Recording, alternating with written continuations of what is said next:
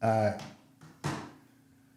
you all the donations. Let me what was that? I'm supposed to be going back to the okay, let me go back in there. Okay. What is 717 area code? What is this? What is this? This is PA? Okay, let's dip over to 717 Pennsylvania. What you got for me? How's it going, brother? I'm doing all right. What's going on? Earlier when you was talking about bankruptcy, have you read IRS publication 908? No, I can't say that I have. You actually should read that. That goes over on how when you file bankruptcy, you're supposed to get the EIN for the bankrupt estate for the tax filings or the potential recoupment when the case is closed. Interesting. I got 908 right here on the screen. What's new? Bankruptcy estate filing threshold. Okay, yeah, this do look good. Tax returns due after the bankruptcy filing. Tax returns and payment of taxes in Chapter 11 cases. Disclosure of debtors' return information to trustee. Go ahead. Now, when you file bankruptcy, don't they, the attorneys come into that case under the title and authority of trustee, right? Yeah. So one of my friends, I told him about this, and I said, you need to read this. You need to make sure you get the EIN from the trustee. And he tried to get the EIN, and the attorney quit representing him. You got to do a Freedom of Information Act request. That's what that lady. The attorney told him. He said, yeah, the attorney told him. He said that was done a year after the case was closed. It's done and gone. I don't believe that, but the thing about it is that EIN number for you got to do a Freedom of Information Act request. Old girl who did that video on YouTube, Judges Slush Fund. Man, I don't know why more people don't watch that video, man. She did a Freedom of Information Act request on the courthouse because she was going against Child Protective Services. And you know that senator in Ohio got killed because she was saying that Child Protective Services was involved in trafficking children. Okay, and she ended up dead. Oh, well, no, that was the senator in Georgia. That was I remember that. Yeah. Well, I don't know if she was from Georgia or Ohio. I thought she was from Ohio, but also when she found out about this, what these courts were doing, is she found that they were using this X-ray of a child injured, but they were using the same X-ray on a whole bunch of different cases, and it came out to be revealed, and so she said she got a lot of cases overturned. But she did a Freedom of Information Act request and found out that the courts are private corporations, for-profit corporations. And there's a judge's slush fund. So that which makes a lot of sense to me when we start talking about CUSIP numbers and things like that are associated with these case numbers. And this is the breakdown that you have to start looking when you start the things I'm talking about right now. Y'all need to investigate. These are some sort of Gene Keating called them private trading companies, which I believe that's what they are too. They're dealing with on the markets. Because I had a Bloomberg screen, and when I was doing securitization audits, and right there on the screen in a section of the program, they had all the court cases in the United States of America. And I called up to New York and I asked them, I said, why are y'all tracking all the court cases? And he said, oh, we just doing it. That was the answer he gave me. He said, they just doing it. Well, people asked me one time, said, well, don't you have a 401k? I said, no. Why am I going to continue to invest in slavery? Because why? Isn't the 401k based on the municipal bond market? How do you think that's created? Through the courts. Through the courts.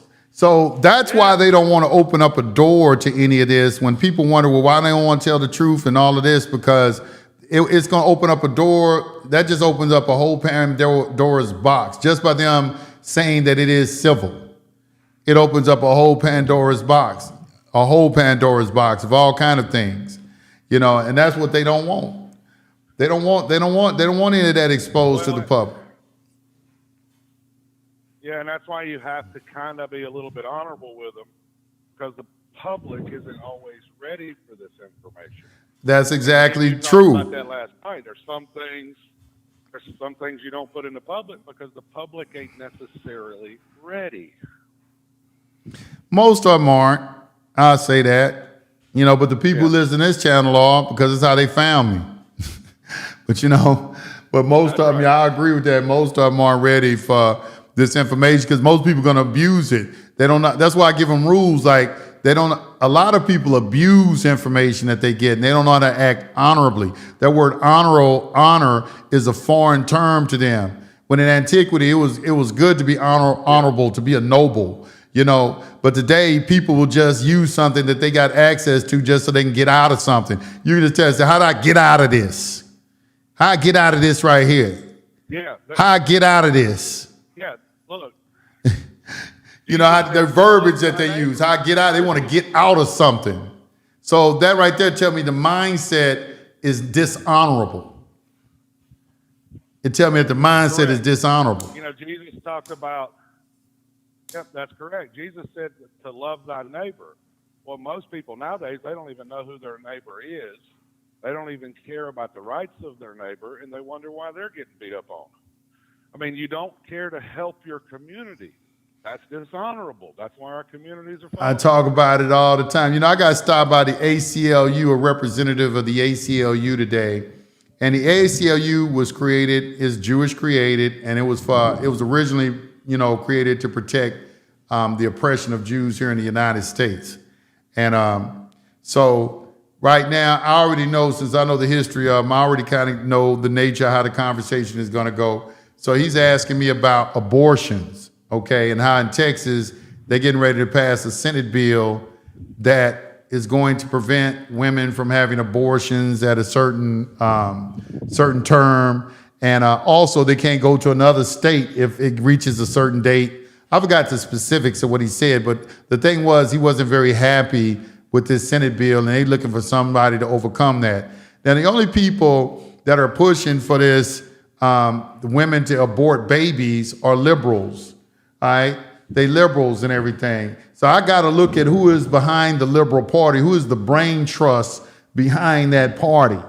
Okay, were they trying to get everybody to abort their babies? Were they trying to turn all your women into whores by allowing all the music on the radio? If it's involving the black community, only thing they talk about is fucking, our women being hoes, and our niggas being players or something like that. That's the only music that is whether it's R&B or rap. That's all the music that they play in our neighborhood. Yeah, because why? If you go back in the Old Testament, remember when the prophet, that Moab was looking at the prophet and said, will you go to your God and pray for Israel to be cursed? Goes up on the mountain, he goes up there, and he comes back and says, well, I prayed, I can't curse Israel. He does that like 3 times. And then he finally says, look, I can tell you how to get Israel to curse themselves. He said, you send your women in there, they'll start loving your women, chase after their gods, they'll curse themselves. This is what they're doing to America. They're getting us to curse ourselves. Yes. Yes. That and how they stop you from understanding that is by keeping you in a victim mind state. They, you know, somebody's oppressing you. You know, that's what I wanted to bring out too, is we got in with this ACLU guy, we got into a discussion about Karl Marx and the Communist Manifesto, which surprisingly enough, he's read. And I suspect that most liberals or most people that work for some of these organizations have read the Communist Manifesto. And I'm surprised at how a lot of young people out there who've read the Communist Manifesto are actually in agreement with it. That's what's going to shock all of you. The amount of people here in the United States of America who agree with the Communist Manifesto. They agree with the eradication of private property. I said, I said, you do understand that the United States of America is a constitutional republic. Well, no, it's not really a republic. I said, the word democracy is nowhere in the Constitution. It's not in the Declaration of Independence, and we definitely don't say that when we do the Pledge of Allegiance. Now I understand why they took the Pledge of Allegiance out of all the public schools, because they don't want y'all saying, I pledge allegiance to the flag of the United States of America and to the republic for which it stands. They don't want you saying that. So they just took it out of all the schools. Honoring God out of all the schools. That's another pillar of communism. So you have communists in the United States of America. Y'all better open up your eyes. You better study what communism is so you get a firm understanding of it. You also need to know how it is adverse to a constitutional republic and the freedom that you love so much. Some people don't feel like they free because they can't make it in life, and they mad at the people who do. They mad at you if you're successful. That's what's wrong with this country. Man, anytime I see a wealthy person, I celebrate them because that lets me know I can do it too. Well, that's jealousy. I mean, they're letting jealousy fuel their own. The only reason they're jealous. The only reason that they have the emotion jealousy is because they don't know who they are or they refuse to accept who they are. That they have the power over all things. Player in the game. All they have to do is ask and it shall be given. But they don't want to believe that. See, they don't believe that because they so immersed in this victim mindset. No, Yusuf, I can't get it because we under white supremacy. All they talking points be the same. They use the same words to describe things and everything. They talking points sound like robots when I listen to them, but it's always coming from a victim mindset. It's somebody else's fault. I'm saying, well, you sitting there saying it's a democracy, so why are you mad at Texas? The people in Texas voted. They don't want that in their state. Why can't you accept that? But see, they got minions out there in all the states. They trying to change everybody's mind away from any type of Republican form of government. And so you walking around calling yourself a sovereign, that's the number one word that goes against the communism. Because communism is about groupthink. Yep, it is. How you gonna come in here and talk about you an independent thinker? You will think for yourself. No, this is about the government deciding what's best for you. And if you can't see that and you're a part of the Democratic Party, I feel sorry for you. It only means that you haven't studied what I'm telling you right now. You haven't read the Communist Manifesto. You don't understand what communism is or what socialism or Marxism. You don't know who Karl Marx was. You don't even know his nationality. Because he just said he's German. I said, no, he's a German Jew. Let's get that straight. We got Russian Jews, German Jews, Spanish Jews, French Jews, English Jews. And I don't really want to go into that, but it needs to be spoken about because things are going on right in front of your face and there are people too afraid to say anything about it. Which is why they can see they're attacking masculinity. They done beat down masculinity. Men are afraid to speak up and tell the truth. Hell, they're afraid to correct their women. Oh man, it's okay, man. She can wear that. Oh man, it's okay. She can have male friends. I ain't insecure. They succumbing to what the woman is directing to them. They the bitch. They the bitch. The woman is God in their mindset. They supposed to be the provider, the protector, and the leader. And she dictating things to them. This how it gonna go, nigga. And then calling you insecure when you go against it. Because you're a real man with boundaries. All this word speak, y'all need to come back to and understand what it means to be free, okay, and what it means to assert your rights. And the traditional role of the family in this country, how it contributed to the success of the United States of America, made us one of the greatest powers on planet Earth. Right now, we're becoming quickly one of the laughing stocks on planet Earth, especially when other countries are looking at us and seeing we have a confusion in our country as to what a male and a female is. They making bathrooms now in restaurants where they don't say male or female. It's just restroom. Women or men can go in there. They doing it in a lot of places. These people just succumb to things. They just programming people, just programming you to accept ridiculous shit. Ridiculous. And you're accepting it. Let's have a little conversation. Go ahead. Let's have a little conversation for a moment. I got some documents I discovered. I got a law review from 1986, and on page, this is talking about the best interest of the child, and this is like, and a long time ago, me and you had this discussion on whether or not the family court is public or private, and I said it's actually both. In this law review dealing with the best interest of the child, on page 10, and I'm going to quote it almost word for word, but not exactly because I've not got it in front of me. And it says that William Goodall, writing as an abolitionist to slavery, saw the matter no different to the legal rights of slaves.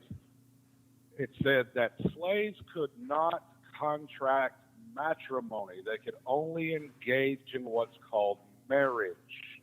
Okay? Now, fast forward to today, you have this thing called a marriage license. You don't contract. What you said, that judge said, why the state has a state when you got a marriage license. But what you don't know, and I have confirmed this in 10 states, that marriage license fee, a portion of that goes into a trust fund. Typically, it's in a battered women and children's trust fund.